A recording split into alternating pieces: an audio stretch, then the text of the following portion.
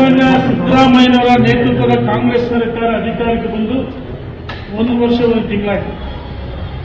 ರಾಜ್ಯದಲ್ಲಿ ಖಜಾನೆ ಖಾಲಿಯಾಗಿದೆ, ದಿವಾಳಿಯಾಗಿದೆ. ಸಿದ್ದರಾಮಯ್ಯನವರು ಶ್ವೇತಪತ್ರ ಹೊರಡಿಸಬೇಕಂತೇಳಿ ಮಾಧ್ಯಮದ ಸ್ನೇಹಿತರ ಮುಖಾಂತರ ನಾನು ಒತ್ತಾಯ ಮಾಡ್ತೀನಿ. ಸರ್ಕಾರ ರೈತ ವಿರೋಧಿ ಸರ್ಕಾರ, ಕೊಲೆಗಡಕರ ಸರ್ಕಾರ, ಮಹಿಳಾ ವಿರೋಧಿ ಸರ್ಕಾರ, ದೀನದಲಿತರ ಎಲ್ಲ ವರ್ಗದ ವಿರೋಧಿ ಸರ್ಕಾರ ಮತ್ತು ಇವರು ಭಾಗ್ಯಗಳನ್ನು ಕೊಡ್ತಾ ಇನ್ನೊಂದು ಹೆಜ್ಜೆ ಮುಂದಿಟ್ಟು ಕೊಲೆಗಳ ಭಾಗ್ಯ ಸರ್ಕಾರ ಅಂದರೆ ತಪ್ಪಾಗಲ್ಲ. ಸನ್ಮಾನ್ಯ ಸಿದ್ದರಾಮಯ್ಯನವರೇ 5 ಭರವಸೆಗಳನ್ನು ಕೊಟ್ಟು ಜನರಿಗೆ ಸುಳ್ಳು ಹೇಳಿ ಮಕ್ಕಳು ಟೋಪಿ ಹಾಕಿ ವಂಚನೆ ಮಾಡಿ ಅಧಿಕಾರಕ್ಕೆ ಬಂದಿದೆ. ಯಾವ ಭರವಸೆಗಳು, ಯಾವ ಪುರುಷಾರ್ಥಕ್ಕೋಸ್ಕರ ನಿಮ್ಮ ಭರವಸೆಗಳು ಈಡೇರಿಸಬೇಕಾಗಿಲ್ಲ. ಇವನಿಗೆ ಇದುವರೆಗೂ ಇನ್ನೂ ಯುವಕರಿಗೆ ಹಣ ಸಿಕ್ಕಿಲ್ಲ. ಅನ್ನಭಾಗ್ಯ 5 ಕೆಜಿ ಕೇಂದ್ರ ಸರ್ಕಾರ ಪ್ರಧಾನಮಂತ್ರಿಗಳು ಕೊಡ್ತಾರೆ, ನೀವು 5 ಕೆಜಿ ಕೂಡ ಅಕ್ಕಿಯಲ್ಲಿ 100 ಚೀಲ ಈ 3 ಅಕ್ಕಿ ಹಣನೇ ಬಂದಿಲ್ಲ. ಸಾಮಾನ್ಯ ಜನರಿಗೆ ಮಹಿಳಾ ಶಾಪ ಹಾಕ್ತಾರೆ, ಅಕ್ಕಿ ಹಣ ಬಂದಿಲ್ಲ ಅಂತೇಳಿ. ಚುನಾವಣೆ ಪೂರ್ವದಲ್ಲಿ ಗೃಹಲಕ್ಷ್ಮಿ 2 ತಿಂಗಳು 3 ತಿಂಗಳು ಅಡ್ವಾನ್ಸ್ ಹಾಕ್ಬಿಡ್ತಾರೆ. ಇನ್ನೂ ಹಾಕ್ತಾರೆ. ಜನರಿಗೆ ಯಾವ ಗ್ಯಾರಂಟಿ ಕೊಡ್ತೀನಿ? ನಾನು ಸರ್ಕಾರಕ್ಕೆ ಹೇಳ್ತೀನಿ, ಸರ್ಕಾರ ದಿವಾಳಿಯಾಗಿದೆ. ಯಾವ ಬಡ ರೈತರ ಕೂಲಿ ಕಾರ್ಮಿಕರು ಹಸುಗಳನ್ನ ಸಾಕಿ ಹಾಲಿಗೆ 5 ರೂಪಾಯಿ ಪ್ರೋತ್ಸಾಹ ಧನ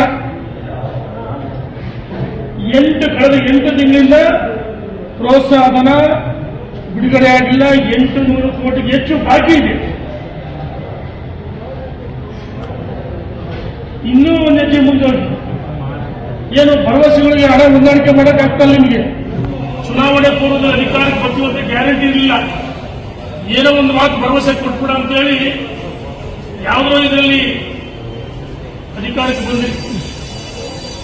ಈ ಹೊಂದಾಣಿಕೆ ಮಾಡೋಕ್ಕೋಸ್ಕರ ಮತ್ತು ಕರ್ನಾಟಕದ ಜನರಿಗೆ ಸೇಡಿನ ರಾಜಕಾರಣ ಮಾಡ್ತಾ ಇರೋದು ಇದು ಒಂದು ತಾಜಾ ಉದಾಹರಣೆ. ಲೋಕಸಭೆ ಚುನಾವಣೆಯಲ್ಲಿ ನೀವೆಲ್ಲ ಕಡೆ ಏನು ಭಾಷಣ ಮಾಡಿದ್ರಿ? ಭರವಸೆಗಳು ಕೈ ಹಿಡಿತೇವೆ, ಭರವಸೆಗಳು ಅಂತ ಹೇಳಿದ್ವಿ. ಭರವಸೆಗಳು ಜನ ನಿಮ್ಮನ್ನ ಸಾರಾ ಸ್ವರ್ಗ ತಿರಸ್ಕಾರ ಮಾಡಿದ್ರು. ಲೋಕಸಭೆ ಚುನಾವಣೆಯಲ್ಲಿ ಕೇವಲ 9 ಸ್ಥಾನಕ್ಕೆ ತೃಪ್ತಿ ಪಡಬೇಕಾಯಿತು. ಸೇಡಿನ ಭಾಗವಾಗಿ ಪೆಟ್ರೋಲ್ಗೆ ಹಿಂದೆಂದೂ ಕಾಣದ ಇತಿಹಾಸ ತಪ್ಪಾಗಲಾರ ರಾಜ್ಯದಲ್ಲಿ 1 ಲೀಟರ್ ಪೆಟ್ರೋಲ್ಗೆ ₹3.50 ಜಾಸ್ತಿ ಮಾಡಿದಿರಿ. ಡೀಸೆಲ್ಗೆ ₹3 ಜಾಸ್ತಿ ಮಾಡಿದಿರಿ. ಜನರಿಗೆ ಕಪಾಳ ಮೋಕ್ಷ ಮಾಡಿದಿರಿ. ಸರ್ಕಾರಕ್ಕೆ ನಾನು ಒತ್ತಾಯ ಮಾಡ್ತೀನಿ, ನೀವು ತಕ್ಷಣ ಯಾವ ಕನ್ನಡಿಗರ ಅವಮಾನ ಮೋಸ ಮಾಡ್ತಾರೆ, ಡೀಸೆಲ್ ಮತ್ತು ಪೆಟ್ರೋಲ್ ದರ ತಕ್ಷಣ ಇಳಿಸಬೇಕು. ಹಾಲಿಗೆ ಪ್ರೋತ್ಸಾಹನ ತಕ್ಷಣ ಬಿಡುಗಡೆ ಮಾಡಬೇಕು. ಅಕ್ಕಿ ಹಣ ಕೊಡಬೇಕು, ಬಿಡುಗಡೆ ಮಾಡಬೇಕು. ಇದ್ರ ಜೊತೆಗೆ ಕಾಂಗ್ರೆಸ್ ಸರ್ಕಾರ ಯಾವ ಭರವಸೆಗಳಲ್ಲಿ ಅಂಗನವಾಡಿ ಮಹಿಳಾ ಕಾರ್ಯಕರ್ತೆಯರಿಗೆ ಪ್ರೋತ್ಸಾಹಧನ ಜಾಸ್ತಿ ಮಾಡ್ತೀವಿ ಅಂತ ಹೇಳಿದ್ರಿ. ಪ್ರೋತ್ಸಾಹಧನ ಇದುವರೆಗೂ ಮಾಡಿಲ್ಲ. ವಚನಭ್ರಷ್ಟರಾಗಿದ್ದೀರಿ. ರೈತನ ಆತ್ಮಹತ್ಯೆ ನಿರಂತರವಾಗ್ತದೆ. ತಕ್ಷಣ ಪ್ರೋತ್ಸಾಹಧನ ಏನು ಭರವಸೆ ಕೊಟ್ಟಿದ್ರಿ ಹೆಚ್ಚು ಮಾಡ್ತಿದ್ದೆ ಅಂಗನವಾಡಿ ಆಶಾ ಕಾರ್ಯಕರ್ತರು ಅದನ್ನು ಸಹ ಮಾಡಬೇಕು. ಯಾವ NPS ನೌಕರಿಗೆ ಸುಳ್ಳು ಹೇಳಿ ಅಧಿಕಾರಕ್ಕೆ ಬಂದ್ರಿ, NPS ನೌಕರರು OPS ಮಾಡಬೇಕು. ಕೊಟ್ಟ ಮಾತನ್ನು ಉಳಿಸಿಕೊಳ್ಬೇಕು. ಪೆಟ್ರೋಲ್ ಡೀಸೆಲ್ ದರ ತಕ್ಷಣ ವಾಪಸ್ ಪಡಿಬೇಕಂತೇಳಿ ಸರ್ಕಾರಕ್ಕೆ ಒತ್ತಾಯ ಮಾಡ್ತೀನಿ. ಇಲ್ಲ ಇದ್ರೆ ರಾಜ್ಯದ ಜನ ದಂಗೆ ಹೇಳ್ತಾರೆ.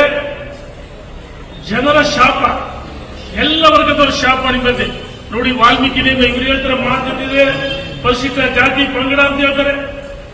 11,000 ಕೋಟಿ ಎಸ್ಸಿ ಜನಕ್ಕೆ ಇಟ್ಟಂತ ಹಣ ವಾಪಸ್ ತೆಗೆದುಕೊಡ್ರಿ ಭರವಸೆಗೋಸ್ಕರ. ವಾಲ್ಮೀಕಿ ನಿಗಮದಲ್ಲಿ 185 ಕೋಟಿ ಅವ್ಯವಹಾರಾಗಿ ಒಬ್ಬ ಅಧಿಕಾರಿ ಆತ್ಮಹತ್ಯೆ ಮಾಡಿಕೊಂಡ್ರು. ಆತ್ಮಕ್ಕೆ ಶಾಂತಿ ಸಿಗಬೇಕಂದ್ರೆ ರಾಜ್ಯದ ಸನ್ಮಾನ್ಯ ಮುಖ್ಯಮಂತ್ರಿಗಳಿಗೆ ನೀವು ರಾಜೀನಾಮೆ ಕೊಟ್ಟಾಗ ಮಾತ್ರ ಆತರ ಚಂದ್ರಶೇಖರ್ ಆತ್ಮಕ್ಕೆ ಶಾಂತಿ ಸಿಗುತ್ತೆ. ರಾಜ್ಯದಲ್ಲಿ ಹೊಣೆಗಡಕರ ಸರ್ಕಾರ ಇದೆ, ಭ್ರಷ್ಟರ ಸರ್ಕಾರ ಇದೆ, PCM ಅಂತ ಹೇಳ್ತೀವಿ. ಇವತ್ತು ಯಾವ ಸರ್ಕಾರ ಇದೆ ನಿಮ್ಮಲ್ಲಿ? ಅಗಜಾರು ನಡೀತಿದೆ. ಕೊಟ್ಟ ಮಾತು ಉಳಿಸ್ಕೊಳಕ್ಕಾಗ್ತಲ್ಲ, ಜನರ ಮೇಲೆ ತೆರಿಗೆ ಇರ್ತದೆ. ತಕ್ಷಣ ವಾಪಸ್ ಬಿಡಬೇಕು ಅಂತ ಹೇಳಿ ನಾನು ಈ ಸರ್ಕಾರಕ್ಕೆ ಮಾನ್ಯ ಮುಖ್ಯಮಂತ್ರಿ ಒತ್ತಾಯ ಮಾಡ್ತೀನಿ. ಧನ್ಯವಾದಗಳು.